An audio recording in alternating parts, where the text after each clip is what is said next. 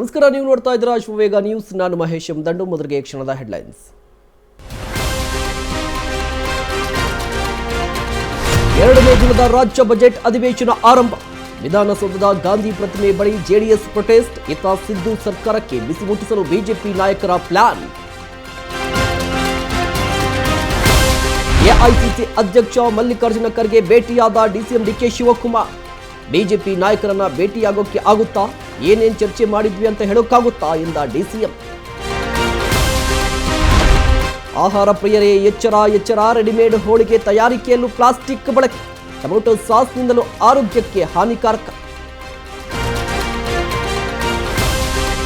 ಹಾಡಹಗಲೇ ಬಂಡೀಪುರದ resort ಬಳಿ kidnap, ಮಾರಕಾಸ್ತ್ರಗಳಿಂದ ಹಿಡಿದು ದಂಪತಿಯ ಅಪಹರಿಸಿದ ದುಷ್ಕರ್ಮಿಗಳು.